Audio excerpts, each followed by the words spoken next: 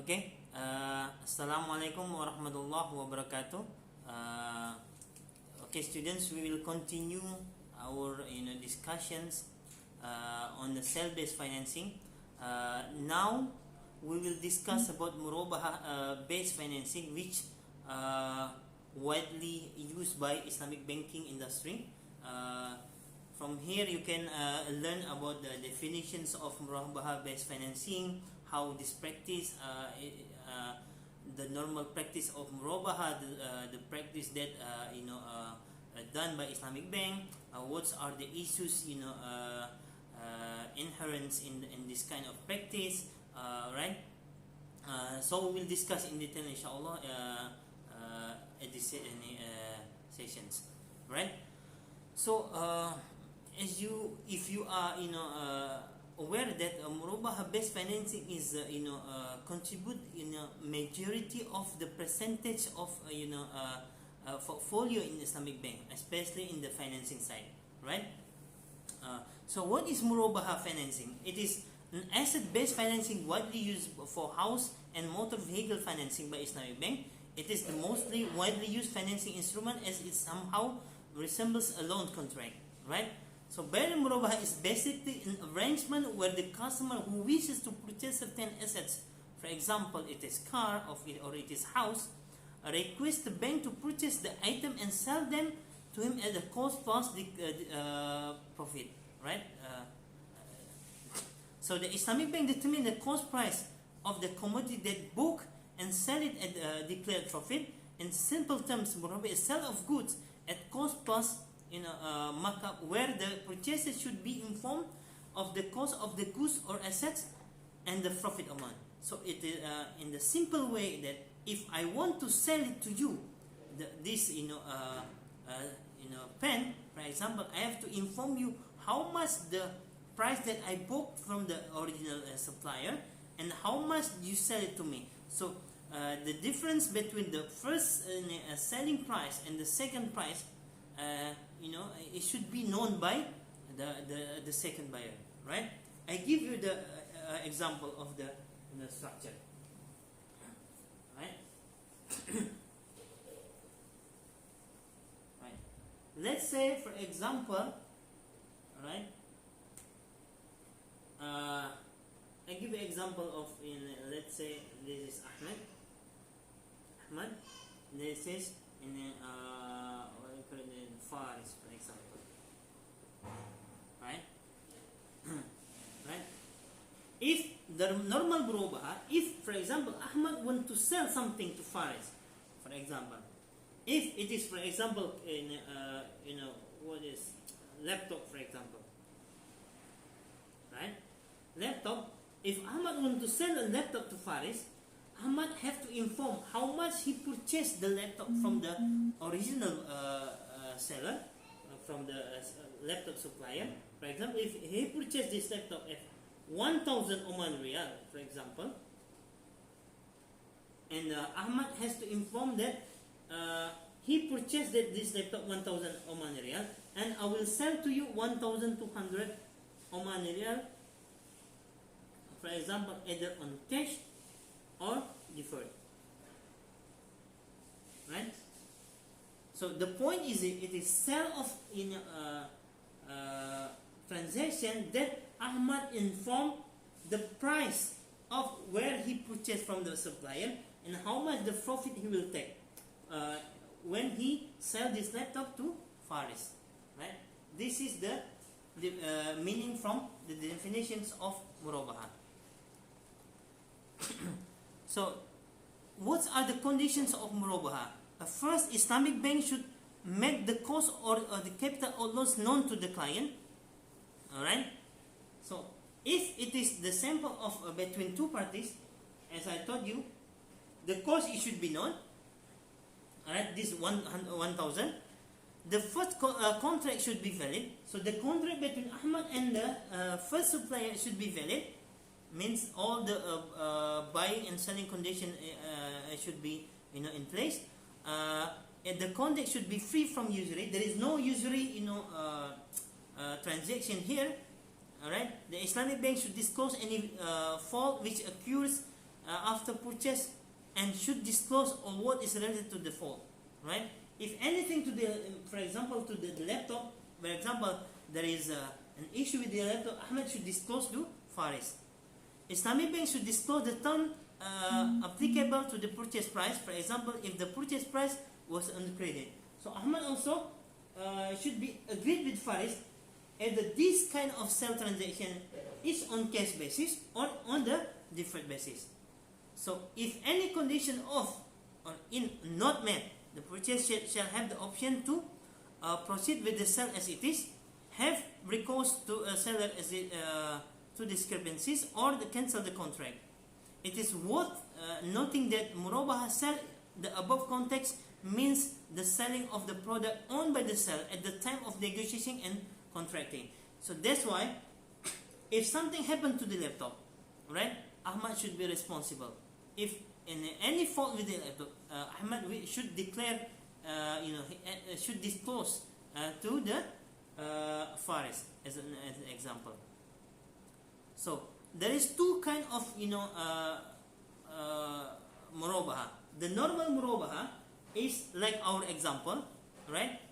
So the example of Ahmad and Faris, but there is Murabahah to purchase orderer, right? This what known as in Sharia we call it Murabahah lil amil bishra, right? It is where it involves three parties, namely the purchase orderer, the purchase and the seller. It involves intermediately due lack of expertise or need for a credit facility. Alright? Say for example, right? What does it mean by a purchase order? This, for example, for this our previous example, we use again the example, right? This is, for example, laptop producer. Right? So involving three parties of it, so it will minimize Ahmad from any kind of fault which regard to this laptop, right? So what Ahmad do? Let's say for example Faris wants to buy a laptop, right? So Faris will approach Ahmad, and so laptop producer, I want this kind of laptop, 1, 2, 3. So this a laptop, right? Okay. Now Faris will approach Ahmad that he want to purchase a laptop from this laptop producers. The price, for example, 1,000. Alright. The price 1,000. So now Faris approached Ahmad,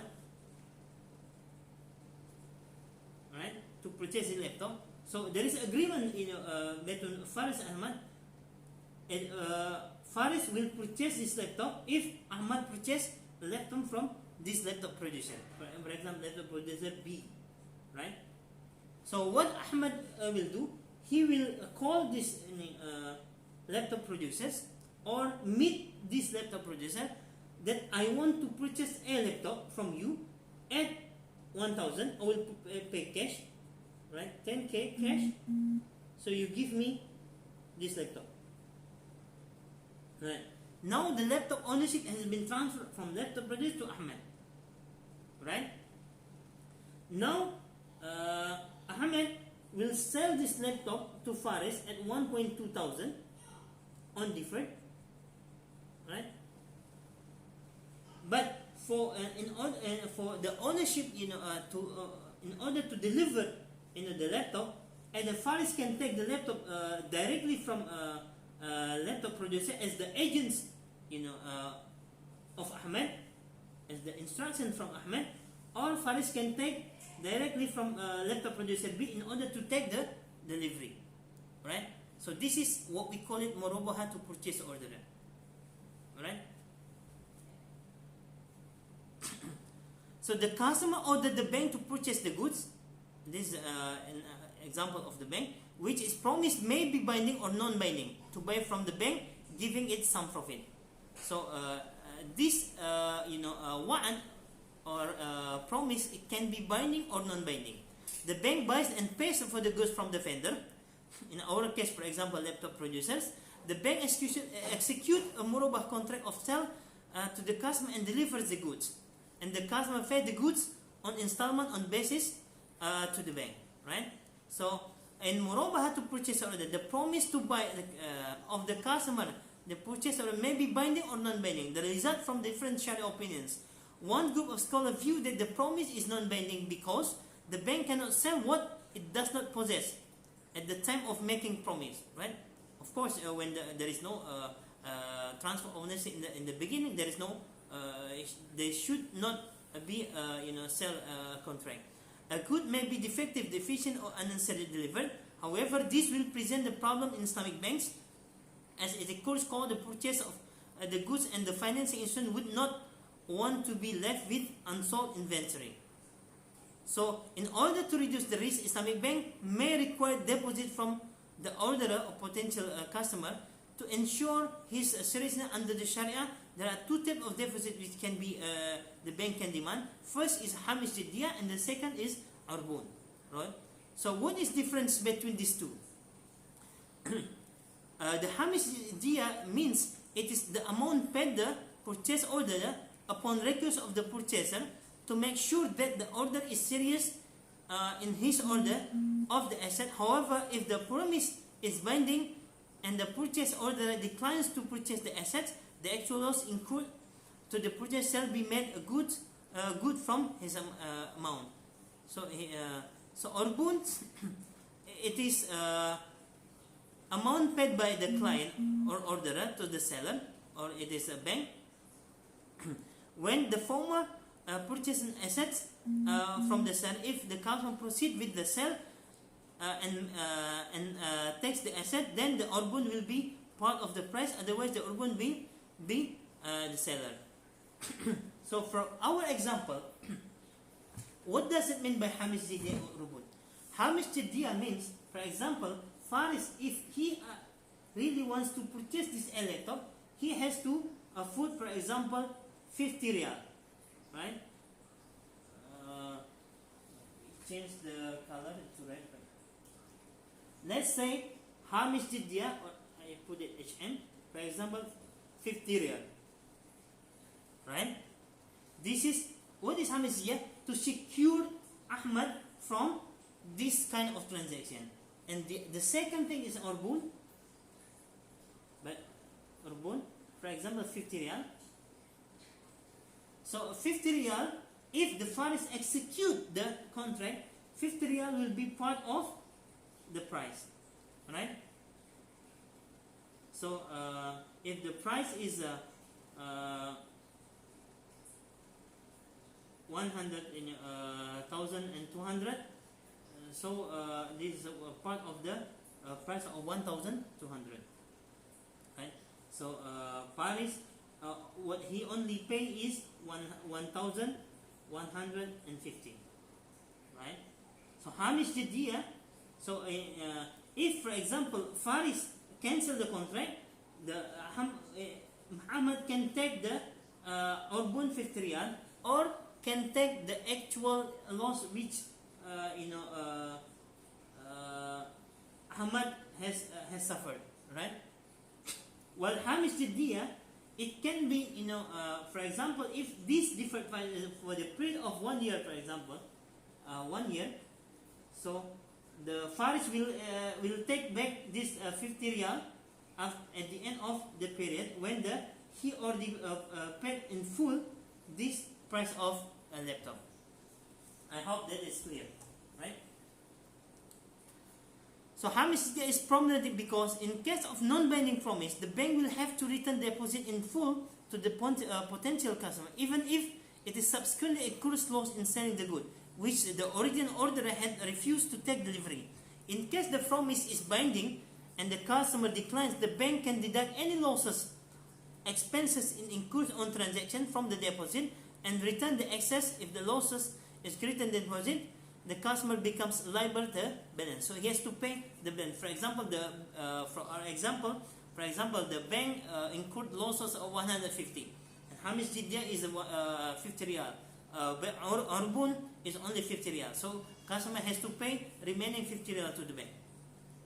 In case of balloon deposit, this is deducted from the purchase price if the customer proceeds with the sale. If not, the customer loses his deposit, even if deposit more than loss incurred by the bank. So, in order to make it safer for Islamic Bank, it should make the contract a binding promise, then require Hamis Jidiyah or Rubun. So, in order to protect the bank from the loss, the bank can request Hamis Jidiyah or Rubun. However, this does not solve the problem of the credit risk. For example, the payment of default by the customer. To mitigate this, the bank may request for a guarantee from the customer. The goods sold under Murabahah can be collateral for the debt. Right? In this case, however, the customer cannot sell the goods until the debt is repaid to the bank. So it is one of the how to mitigate the risk from the bank's perspective. So the bank will ask the customer, you are not allowed to sell the underlying asset until you pay in full. Right? In the case of late payment, for example, and procrastinations by the customer, the bank normally cannot levy any penalty, and this would amount to interest. If the Sharia board agree on penalty, then this penalty cannot be recognized as a revenue but given away as a charity, as a knownly practice now. When the customer default in the financing, the bank normally charge some kind of penalty, but this penalty will channel into the charity account. It is not considered as the revenue of the bank. And the Islamic can institute legal proceedings to recover the debt and financial damage caused by procrastinations. For example, if legal fees, loss, opportunity of this loss cannot be considered as a loss and taken from the charity account. It's not allowed unless the goods sold are collateral. The goods cannot be taken by the Islamic Bank to settle the outstanding debt. So if the indebted owner is insolvent and fails to settle, the bank should defer collection until he becomes solvent, right? So it is mentioned by right the Quran. If somebody are not able to pay that, you have to give a time. If the banks get a discount on the purchase price, this will belong to the bank unless it was obtained at the time making of promise to buy by the customer or before Murabahah sale was conducted. Right? If there is discount before there is a dispute, if there is discount, who is will take this benefit? But now this benefit discount we will not include in the price, right? So the customer will not benefit from this one, and the bank also not benefit. This is I think fair enough. The last rule to consider is early settlement, debt on lump sum payment before scheduled time. Since the transaction itself, the bank is under obligation to give a discount to the customer. However, due to competitive pressures, Islamic Bank do give discount for early settlement. This allowed under the Sharia. It's called Ibra.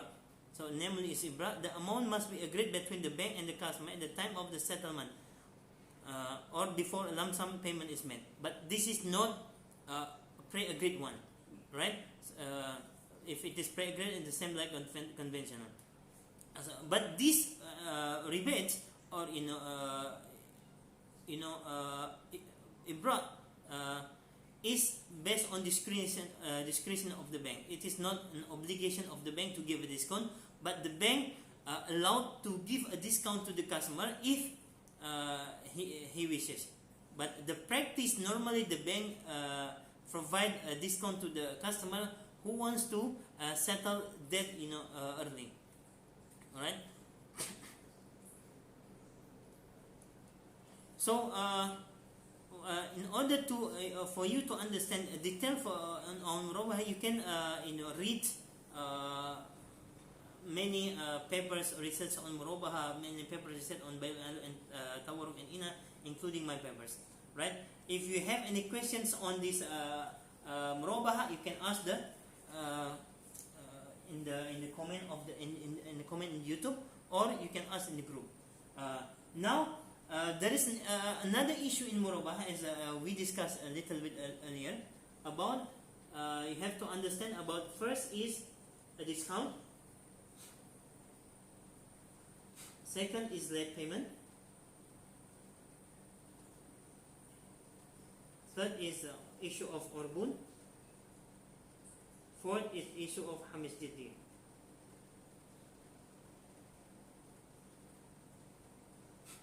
For discount, right? Actually, it is not obligation for the bank to give discount if the payment, if the customer wants to settle early. But due to the practice, right? Right, you can see if the your customer wants to settle early, means he has a good intention to pay the debt. It is, I think, it is fair enough if the bank give a discount. But this discount cannot be obligation. It is on the discretion. The bank, how much the bank wants to give, it is on the discretions of the bank, right? For example, if the bank wants to give 5% discount, if they want to give 10% discount, it is up to the bank, right? That is first. Late payment. Many people are saying that the bank, Islamic Bank now, they are taking charges for the late payment. This is the same like practice of riba jahiliyah. Of course, it is not, because in riba jahiliyah, the amount of the late payment is going to as a revenue of the bank. But in this Islamic Bank, this late payment charges not considered as the revenue of Islamic Bank, right? It's already transferred directly to the charity account. This charity account will be distributed to the organization that in need as per the approval of the Sharia Supervisory Board, right?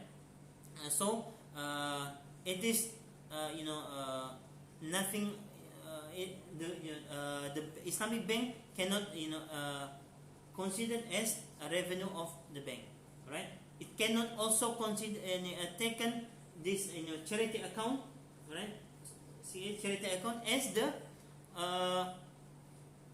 amount to give to for example, some company to get advertisement for the bank. It is also not allowed. So this charity account should go in full to charity organization. In Oman, Islamic Bank should transfer all his charity account at the end of the year to the charity organization, unless it is on some condition or some circumstances that bank cannot distribute to charity organizations due to some reason. But this reason should be approved by the Sharia board. And second is Orbun. Orbun, it is also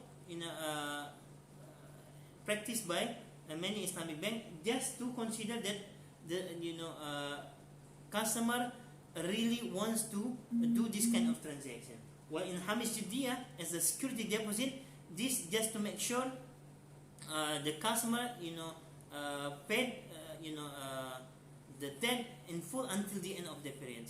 So there is some practice where the bank take Hamish Jiddiya, where there is also practice the bank did not take Hamish Jiddiya. The bank maybe only take the Orbun. There is a practice also.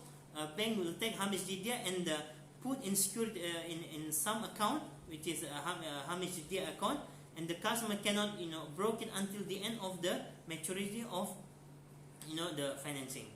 I think this all from me. I hope that's clear. If you have any questions, please do not hesitate to ask in the comment in the YouTube, or you can ask in the WhatsApp group. Thank you very much. Wallahu a'lam. Assalamualaikum warahmatullahi wabarakatuh.